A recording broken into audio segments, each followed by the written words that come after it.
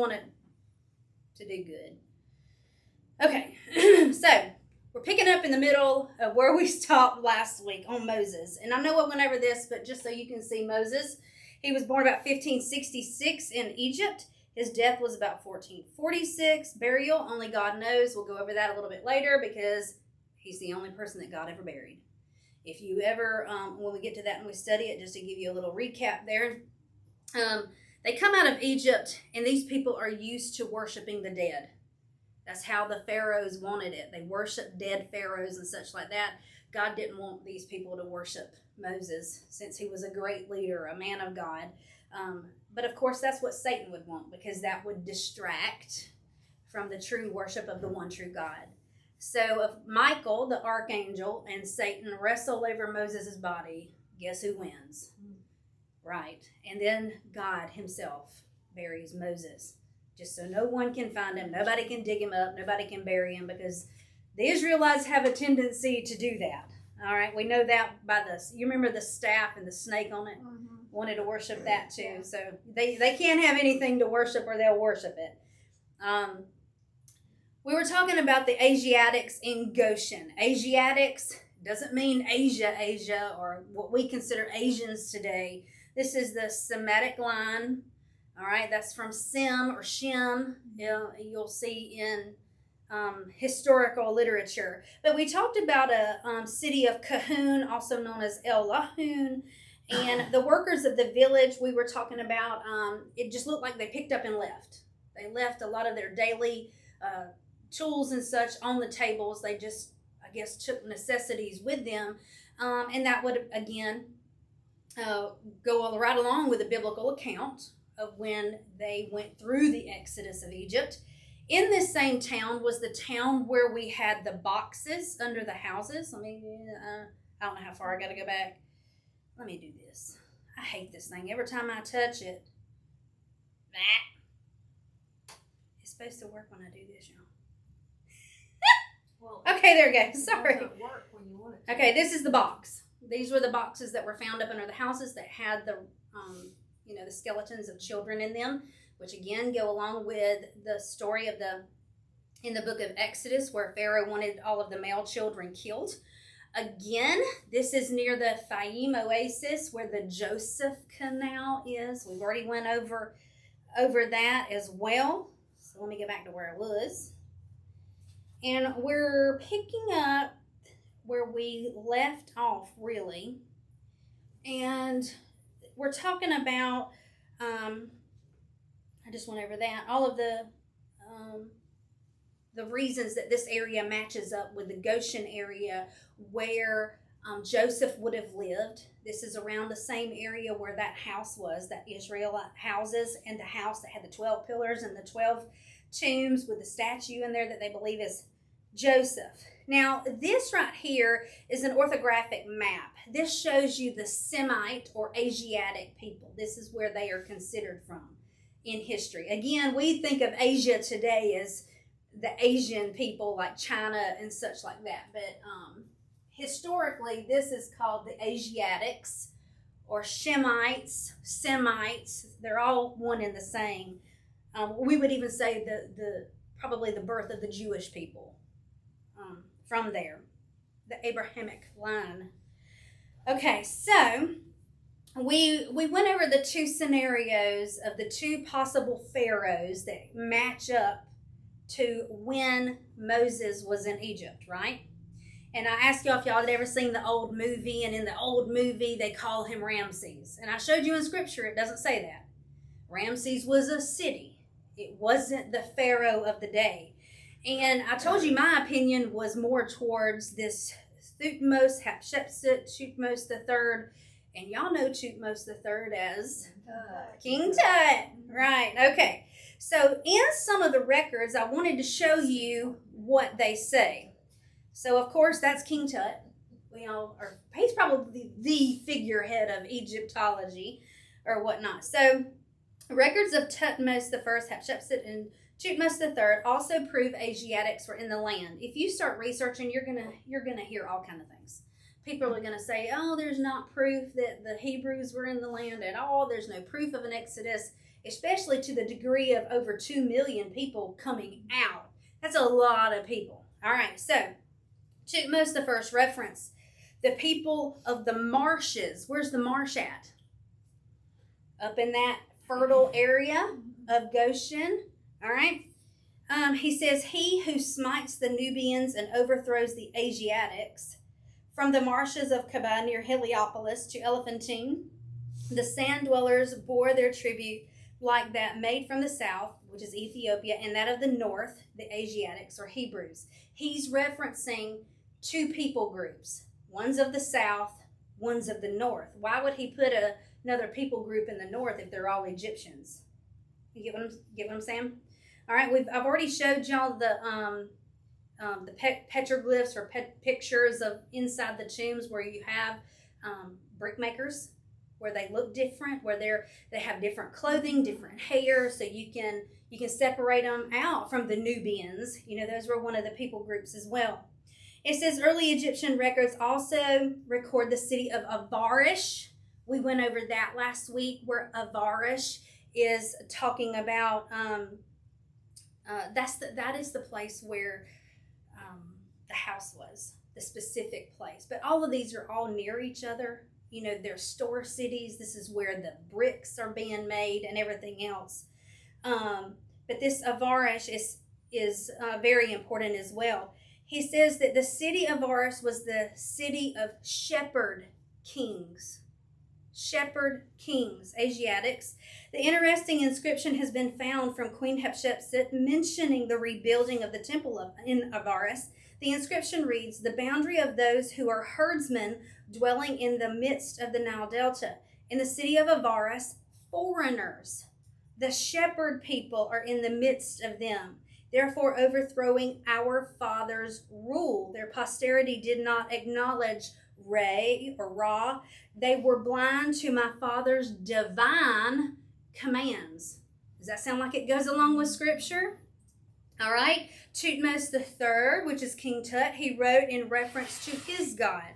It plunders numerous foreign peoples and consumes those dwelling in the swamp. Its flames cut off the heads of the herdsmen and defeated his children, returning the scepter from the herdsmen's mighty ones. All right, think of they're coming from another place. You know, we have biblical knowledge today. They're coming from an Egyptian background, Egyptian education. What do they think about these herdsmen or shepherds that are living up here in this Goshen area? And it matches what we learn about Goshen and when Jacob went with his 70 descendants in there. Here's another interesting find. The seal of Jacob. All right. Have y'all ever seen, like, if you've ever watched a documentary on Egypt, they talk about the cartouche. Like, this symbol is for King Tut, and he would like seal things with a cartouche or something. That was his royal seal, kind of like. This is similar to this seal of Jacob. This is in the Maritime Museum in Israel. This scarab was found in 1969, and it dates to before 1730 BC, and it bears the name Jacob or Jacob. It is believed that a Canaanite craftsman made it. It's been suggested that this is the Jacob of Israel. Out of 39 seals that have been found bearing this name, 9 have been found in Avaris, that city. And it would make sense if he's in that city, because that is where that house is with the 12 pillars and such. All right. So here's something else. And I'm not going to teach this as fact. I'm going to tell you the information, and I want your opinion on it. That's how this is going to go. So Hatshepsut. All right. We have went over the lineage of succession. Amenhotep would have been in Joseph's time. All right, that would have been the Pharaoh that knew Joseph, Amenhotep. All right, I have their father and mother and their successors or whatnot, but it goes from Amenhotep to Thutmose I to Thutmose II to Hatshepsut and then Thutmose III. All right, that's the line of succession in Egypt. But Hatshepsut and Senmut, And you're thinking, I have never heard of Sinmut or Cinnamut or however they say it, but this is going to be interesting. Okay, so in the line of succession, let's see, the statue that you see on the screen is that of Hatshepsut holding a small child. The child is wearing the royal side lock. That's the side ponytail. Can you see that? All right, that is what distinguishes him from every other child. It's a royal way to do hair. Okay? So the royal side lock. All right, it indicates that he's a future prince. The names on this statue is the names of Neferu and Sinmut. All right? Some biblical scholars connect Sinmut and Moses to be the same person. I'm going to present it to you. You're going to tell me what you think, okay? An interesting detail can be found when researching the tomb of Sinmut because it's been found. Tomb 353 in Deir el-Bahri, Egypt, the royal tomb was never finished, which fits the biblical narrative because we know Moses was never buried in Egypt. Another fact that we can add to this is Sinmut was known as single since his tomb shows there is no wife and no children. He is only shown with his mother and his father. Sinmut's mother and father were found to be buried there in a separate burial chamber. And it's not Hatshepsut. Okay? So right here, this is mother and child. He's got the royal side lock. But in his tomb, he's got his birth mother and father in the tomb. And it's not that one. Okay, what happened with Moses? Mm-hmm. You following. Okay. It says, sorry, I lost my place.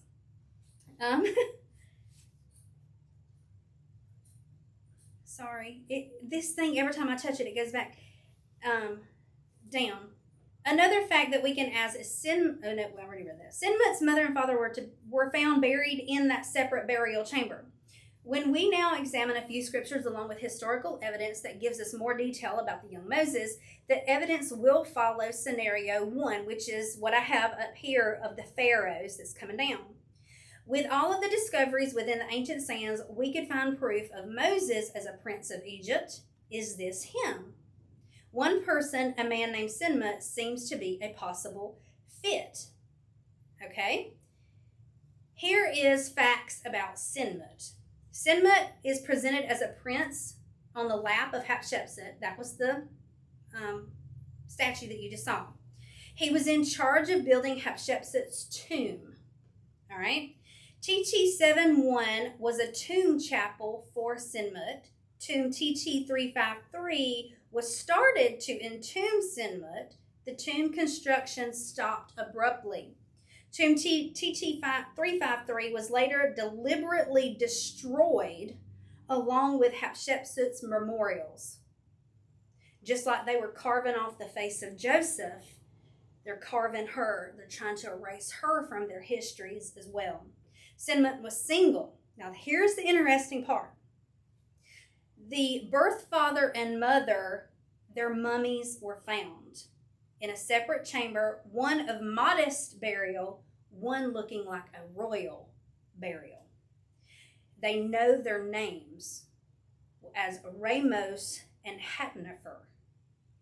Now, just as they have Hebrew names, lots of the Hebrews were given Egyptian names. Remember Joseph?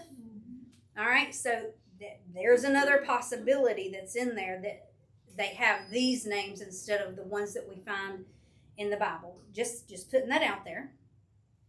All right, this is Hatnefer's royal mask. Yes? Sorry, question. Why would the birth parents, why would one be a modest burial and one be a royal?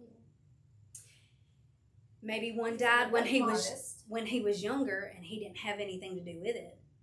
But if he is in charge of Hatshepsut's memorial burial chambers or whatever, if he's older and he has any authority, he can do better for his mother than he did for his father. Possibly. Okay. I mean, I'm giving you just a scenario. I can't say for sure, but it's just one possibility.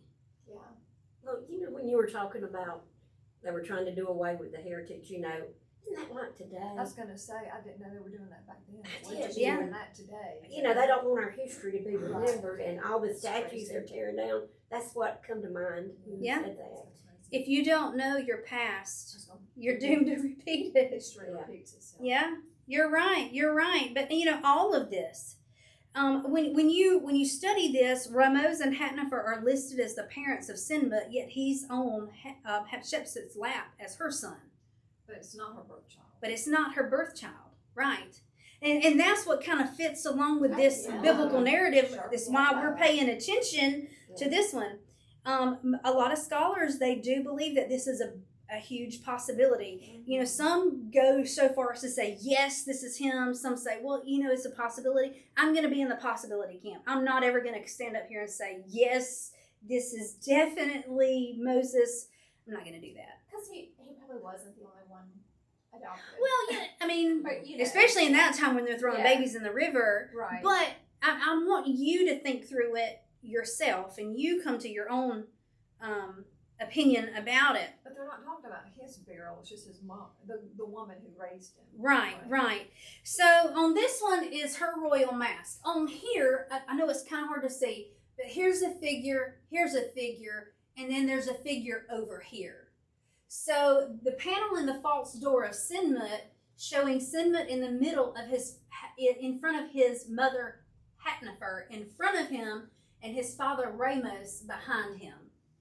So he's in the middle, father, mother, and I'm not even sure what they're doing. She's got something that looks kind of like a flower or something in her hand. So not sure, but he doesn't look like a child in there. So don't know. Okay, so let me give you this one. This is the royal tomb of Sinmut. I'm going to zoom in so you can see it.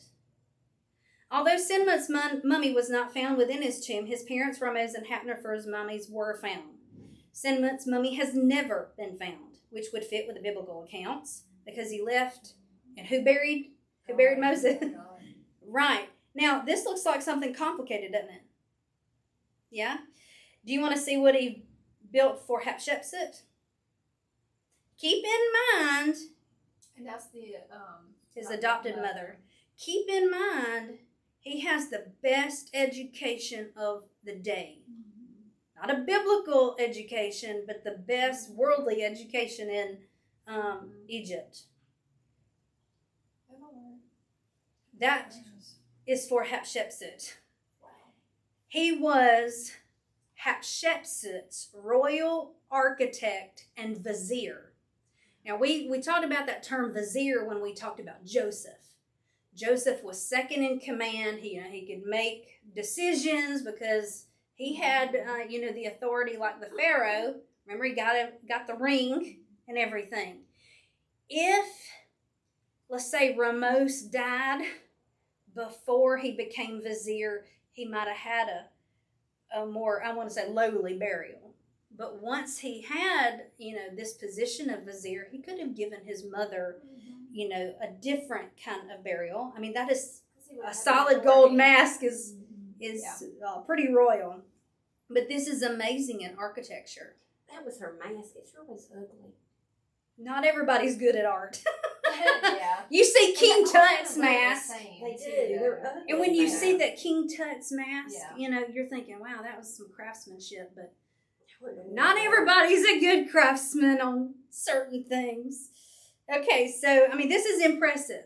This is impressive to get done. He oversaw the building of her royal mortuary temple in Deir el-Bahari. Sinmut is, some people say, if Sinmut is the biblical Moses, he, as a prince of Egypt, would have had the best education. He would have learned astronomy, chemistry, mathematics, engineering, music, art. He would have had it all. Whether Sinmut and Moses are one and the same or not, God did allow Moses to have the best education of the day. If they're one and the same, great. If they're not, he's still considered a prince. He still would have had the best. And he's going to need that just as much as he's going to need How old was he when he fled? 40. So did Yeah. he still So that's see his pretty other cool. mama? Do what now? I mean, he had a biblical background too, didn't he, from his real mama? And Until he was weaned, because he was Yeah. only 3, when she had to Yeah. turn him back over to. So he Yeah. didn't. well, yeah, and you know She when probably tried to instill But- some stuff into him. Because he was still loyal to his birth people. Yeah. Yeah. and we don't That's why know. he We had we just Queen. don't have enough information to say he had a relationship with his birth parents. He knew who they were. You would think so, because why would he take up for his people? No. But he might not have been Possible allowed to links go back of it. though. If you're in the temple or all that Egyptian, Yeah. whatever queen, whatever princess, they might not have let him go back with the people. So they You didn't know let what her I mean? stay there and take care of him? No. No. There had to He- have been he- some kind of. Remember, coordination. Miriam went and said, "Can I get the Jewish mom?" And said, "I think they took him back to her home." I would Yeah, think. she took him to and- wean him. Yeah. A Jewish. Yeah, And until it ended up being her. her mom. Yeah, until he was. I would say 3. At least Probably. Yeah. Until he was weaned, Yeah. so then she'd have to take him back to. that would be the hard part. Yeah, yeah. All right, I'm gonna stop right there because we got It's to too get good. downstairs.